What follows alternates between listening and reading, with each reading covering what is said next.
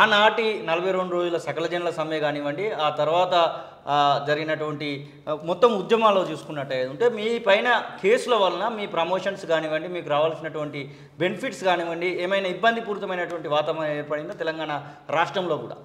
అయితే మేము టాక్టిక్స్గా అప్పుడు ఏం చేయడం జరిగిందంటే, ఈ పోలీస్ కేసులు జరిగిన తర్వాత ఇదేమన్నా ఎఫెక్ట్ అయితే సర్వీస్ మ్యాటర్కు ఎఫెక్ట్ అవుతుంది అనేది ముందే ఆలోచించుకొని మా దగ్గర ఉన్నటువంటి కింది స్థాయి ఉద్యోగస్తులు, అవుట్సోర్సింగ్ ఉద్యోగస్తులు మేము ముందుంటామని వాళ్ళే వచ్చి అన్న మీరు వెనకాల ఉండాలి, ఇది మేము ముందుంటామని అవుట్సోర్సింగ్ స్టాఫ్ మా ముందు వరుసలో నిలబడి వాళ్ళందరినీ వాళ్ళ మధ్య పర్మనెంట్ కూడా ఏదో చేస్తామని చెప్పేసి హామీలు కూడా వచ్చినట్టున్నాయి. వాళ్ళు చాలా గొప్ప ఉద్యమం మాతో పాటు చేతి కలిపి చేయడము చాలా గొప్ప విషయం. వాళ్ళు మా మీద కేసులు పడకుండా వాళ్ళు కాపాడినారు. ఆ రోజు మున్సిపల్ ఉద్యోగులలో కూడా కొంతమంది అమరవీరులు అయినటువంటి వాళ్ళను మనం చూస్తూ వచ్చినాం. ఆ అమరవీరుల గురించి ఏమైనా మాట్లాడుకోవాలనుకుంటే, ఉద్యమంలో పనిచేసిన వాళ్ళు చాలామంది మరి చనిపోవడం జరిగింది. ఆ ఉద్యమంలో కూడా అంటే చనిపోయి వాళ్ళు అమరులైన విషయం మీకు తెలుసు. అయితే వాళ్ళందరికీ కూడా న్యాయం జరగాలని మాత్రము మేము కొట్లాడుతూ ఉన్నాం. అయితే ప్రధానంగా ప్రభుత్వాలను మేము మొదటి నుంచి విజ్ఞప్తి చేస్తున్నది ఏంటంటే, చాలని జీతాలతోటి అవుట్సోర్సింగ్ ఉద్యోగులు పనిచేస్తూ ఉన్నారు. నిజంగా వాళ్ళు ఉద్యమానికి వెన్నుదన్నుగా నిలవడం వల్లనే ఆ రోజు ఆ ఉద్యమం గొప్పగా కీర్తించబడింది, నిలబడింది. కాబట్టి వాళ్ళందరినీ కనీసము మినిమం స్కేల్లోనన్నా పెట్టి పర్మనెంట్ చేస్తే వాళ్ళకు ఒక జాబ్ సెక్యూరిటీ దొరుకుతుంది. తెలంగాణ వచ్చినందుకు మాకు ఉద్యోగం పర్మనెంట్ అయిందనే ఒక ఆకాంక్ష నెరవేరుతుంది అని వాళ్ళు చెప్పడానికి అవకాశం ఉంది. నిజానికి వాళ్ళు ఆ రోజు మనము నీళ్లు, నిధులు, నియామకాలనే డిమాండ్ మీద ఒక జిందా తిలస్మతలాగా తెలంగాణ వస్తే మన సమస్యలన్నీ పరిష్కారం అవుతాయని మనము చెప్పడం జరిగింది. అయితే ఆ చెప్పిన డిమాండ్కు, ఆ చెప్పిన నినాదానికి ఒక సార్థకత వస్తుంది. అది రెగ్యులరైజ్ చేస్తే వాళ్ళను ఒక సార్థకత వస్తుందనేది నా అభిప్రాయం. అయితే ఇంకొక విషయం ఏంటంటే, హైదరాబాదే కాకుండా మొత్తం తెలంగాణ ప్రాంతంలో ఉద్యోగస్తులు ఒక యూనిటీ, అన్ఎంప్లాయ్మెంట్లో ఉన్నటువంటి యువత కూడా ఒక యూనిటీ రావడానికి ఒక ప్రధానంగా హైదరాబాద్ని వాళ్ళు ఇది ఒక సపరేట్ జోన్ కింద ట్రీట్ చేశారు. 14F చేసి పోలీసు రిక్రూట్మెంట్లో వీళ్ళందరినీ కూడా ఆంధ్ర ప్రాంతం నుంచి వచ్చిన వాళ్ళందరినీ కూడా హైదరాబాద్లో రిక్రూట్ చేసి ఒక స్పెషల్ ప్రొటెక్షన్ ఫోర్స్ కింద పోలీసుని రిక్రూట్ చేయడం కొరకు ప్రయత్నం చేస్తూ ఉన్నారు. అప్పుడు మేమంతా కూడా తిరగబడి, ఇది హైదరాబాద్ అనేది ఫ్రీ జోన్ కాదు, ఇది తెలంగాణ జోన్లో ఒక భాగం కాబట్టి రీజనల్ వాళ్ళని, ఇక్కడి ప్రాంతం వాళ్ళనే రిక్రూట్ చేయాలి, ఆంధ్ర ప్రాంతం నుంచి వచ్చిన వాళ్ళని చేయకూడదని దాని మీద పెద్ద ఉద్యమం జరపడం జరిగింది. ఆ ఉద్యమం కొరకు మరి మన ఉద్యోగాలన్నీ వెళ్ళిపోతున్నాయి, ఇతర ప్రాంతాల వాళ్ళు తీసుకుపోతున్నారనే ఒక కాన్సెప్ట్లో కూడా ఆనాడు యువత కూడా మాకు సపోర్ట్ చేసి వాళ్ళంతా మా వెనకాల వచ్చారు. ఇంకా ఒక ఎగ్జాంపుల్ అంటే, హైదరాబాదు మున్సిపల్ కార్పొరేషన్లో అప్పుడు సర్ప్లస్ మనీ ఉండేది, ఫిక్స్డ్ డిపాజిట్లు ఉండేది.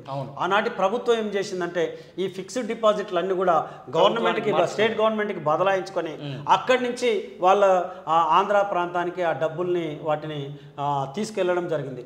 అట్లా కూడా హైదరాబాద్లో ఎప్పుడు కూడా హైదరాబాద్లో కొరత లేదు, నిధుల కొరత లేదు. హైదరాబాద్ మున్సిపల్ కార్పొరేషన్లో కానీ, హెచ్ఎండిఏలో కానీ ఇక్కడ వాళ్లకు తెలంగాణ రాష్ట్ర ప్రభుత్వంలో అన్న ఫస్ట్ నాడు జీతం వస్తుందో రాదో కానీ ఆనాడు హైదరాబాద్లో మాత్రం ఫస్ట్ నాడే జీతాలు వచ్చే విధంగా అంత సర్ప్లస్ మనీ ఎక్కువ ఫిక్స్డ్లో ఎప్పుడు హైదరాబాద్లో ఉండేది. అలాంటి మనీని వాళ్ళు తీసుకెళ్ళి హైదరాబాద్ కార్పొరేషన్ని దివాలా తీయించినారు. Thank you sir. ఇంకొకటి విషయం ఏంటంటే, ఆ రోజు జిహెచ్ఎంసీని మున్సిపల్ కార్పొరేషన్గా ఉన్నదాన్ని ఈ రకంగా ఫండ్స్ని కొల్లగొట్టడానికి ఆ రోజు మున్సిపల్ ఉన్నదాన్ని జిహెచ్ఎంసీగా చేయడం జరిగింది. కార్పొరేషన్ మార్చి గ్రేటర్ కార్పొరేషన్గా మార్చుకోవడం జరిగింది. అట్లాగే మరి హైదరాబాద్ డెవలప్మెంట్ అథారిటీని కూడా దాన్ని హుడా అని ఇదివరకు అనేవాళ్ళం, హైదరాబాద్ అర్బన్ డెవలప్మెంట్ అథారిటీ అనేవాళ్ళం. దాన్ని పేరు మార్చి మొత్తం కూడా హైదరాబాద్ హెచ్ఎండిఏగా మార్చిపోయారు. హైదరాబాద్ మెట్రోపాలిటన్ డెవలప్మెంట్ అథారిటీ కింద మార్చి హైదరాబాద్ చుట్టూ ఉన్నటువంటి భూములని రియల్ ఎస్టేట్ కొరకు వాళ్ళు వాడుకోవడం జరిగింది. ప్రభుత్వ భూములు, నిజాం భూములు ఏదైతే సర్ప్లస్ వాల్యూ వాళ్ళ భూములను, సర్ఫేకాస్ ల్యాండ్స్ నిజాం అంతఃపురానికి సంబంధించినటువంటి అవసరాలకు ఉన్నటువంటి ఆ భూములను అది గవర్నమెంట్కు బదలాయించుకొని, గవర్నమెంట్ నుంచి హౌసింగ్ బోర్డుకు బదలాయించుకొని, హౌసింగ్ బోర్డు నుంచి వాళ్ళ నాయకులకు, ఆంధ్ర ప్రాంతం నాయకులకి అవి వాటిని డెవలప్మెంట్ కింద తీసుకొని అటు శేర్లింగంపల్లి కానీ, లింగంపల్లి ఏరియాలో, కూకట్పల్లి ఏరియాలో, ఇక్కడ ఎల్బీ నగర్ జిఎస్ఐ ప్రాంతంలో ఉన్నటువంటి భూములన్నింటిని కూడా బదలాయించుకొని వాళ్ళు ఇట్లా గురుకులాలకు సంబంధించినటువంటి భూములను కూడా కబ్జా పెట్టి వాళ్ళు ల్యాండ్ మాఫియాగా ఏర్పడి భూముల వ్యాపారం చేసి ఇక్కడ ఉన్న తెలంగాణ ప్రాంతానికి నష్టం చేకూర్చున్నారు. ఇది రాజకీయంగా వాళ్ళు మన తెలంగాణను దివాలా తీయించడానికి ఒక ప్రధానంగా ఒక ఇండైరెక్ట్ మార్గాన్ని వెన్నుకొని ఆ రోజే తెలంగాణని దివాలా తీయించినటువంటి సంఘటనలు ఉన్నాయి. వాటన్నింటి మీద మేము సెమినార్లు పెట్టడం జరిగింది. సెమినార్లు పెట్టి ప్రెస్ క్లబ్లలో సెమినార్లు పెట్టడం జరిగింది. జిహెచ్ఎంసీ హెడ్ ఆఫీస్లో మేము 20,000 మందితోటి మేము ఒక పెద్ద సభ జరిగింది.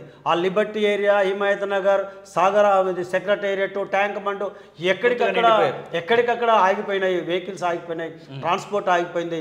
అంత పెద్ద ఇట్లాంటి ఉద్యమాలు చేయడం జరిగింది. అదొక పెద్ద చరిత్ర. ఇది తెలంగాణ మున్సిపల్ ఉద్యోగులు చేసినటువంటి చరిత్ర. ఒక స్వర్ణాక్షరాలతోటి లిఖించదగినటువంటి ఒక పోరాటం, ఉద్యోగుల పోరాటం. నేను అనుకుంటా స్వాతంత్రం రాకముందు మరి ట్రేడ్ యూనియన్ బాంబే కార్మికులు ఏ రకంగా చేసిండ్రో అదైతే మేము చూడలే. కానీ ఆ తర్వాత ఒక అతిపెద్ద ఉద్యోగుల పోరాటం అంటే హైదరాబాద్ కేంద్రంగానే ప్రత్యేక తెలంగాణ స్వరాష్ట్ర ఆకాంక్ష కొరకు జరిగిందని మేము చెప్పగలుగుతాం. సకల జనుల సమ్మె గురించి మీకు ఒక ప్రత్యేకమైన విషయం చెప్పాల్సింది ఏమంటే, ఆ రోజు సకల జనుల సమ్మెలో సబ్బండ వర్గాలతో పాటు ఈ రాష్ట్రంలో ఉన్నటువంటి అన్ని రాజకీయ పార్టీలు, ఒక సిపిఎం తప్ప అన్ని రాజకీయ పార్టీలు ఆ రోజు సకల జనుల సమ్మెకి మద్దతుగా తెలిపి రోడ్ల మీదకి వచ్చి సంఘీభావాన్ని తెలుపుతూ సమ్మెలో మరి వాళ్ళను పాల్గొనడం కూడా జరిగింది. అలాంటి వాళ్ళల్లో ఆనాడు అధికారంలో ఉన్న కాంగ్రెస్ పార్టీ నుంచి కూడా, అధికారంలో ఉన్న కాంగ్రెస్ పార్టీ అయినప్పటికీ తెలంగాణ ప్రాంత నాయకులు ఆ రోజు పొన్నం ప్రభాకర్ కానీ, మధు యాష్కి గౌడ్ గారు కానీ, ఈరోజు ఉన్నటువంటి ముఖ్యమంత్రిగా మనకు గౌరవ ముఖ్యమంత్రి గారు రేవంత్ రెడ్డి గారు కూడా తెలుగుదేశం పార్టీ నుంచి ఆ రోజు అన్ని పార్టీలలో ఉన్న వ్యక్తులు కూడా ఆ రోజు తెలంగాణ సకల జనుల సమ్మెకి మరి మనకు పూర్తి మద్దతును తెలిపి పోలీస్ స్టేషన్లో కూడా అరెస్ట్ అయ్యి లాకప్లలో పోలీస్ స్టేషన్లో ఉన్నటువంటి సంఘటనలు మీకు గుర్తు చేస్తున్నాను. కాబట్టి ఇది ఒక్కరు చేసింది కాదు. ఈ రాష్ట్రంలో ఉన్నటువంటి అన్ని వర్గాలు, వ్యాపార వర్గాలు, ఉద్యోగ వర్గాలు, ప్రజా సంఘాలు, యువజన సంఘాలు, మహిళా సంఘాలు, ఇట్లా చెప్పుకుంటూ పోతే పుట్టిన చిన్నపిల్లగాడి నుంచి ముసలి వాళ్ళ వరకు నాకు తెలిసి చరిత్ర పాఠాలు చదువుతున్నప్పుడు మనకు తెలిసింది ఏంటంటే, భారత స్వాతంత్ర పోరాటంలో 20% పీపుల్ కూడా పాల్గొనలేదని చరిత్రకారులు చెప్తా ఉన్నారు. 20% మాత్రమే పాల్గొన్న ఆనాటి స్వాతంత్ర పోరాటంలో. కానీ ఈ ప్రత్యేక తెలంగాణ రాష్ట్రం కొరకు జరిగినటువంటి ఈ పోరాటంలో పుట్టిన పిల్లగాడి కాడి నుంచి ముసలి వాళ్ళ వరకు అన్ని వర్గాల ప్రజలు పూర్తి 100% పాల్గొన్నటువంటి చరిత్ర ఇది తెలంగాణ ఉద్యమం. అసలైన తొలి వెలుగు. ఫాలో వాట్సాప్ @తొలి వెలుగు official.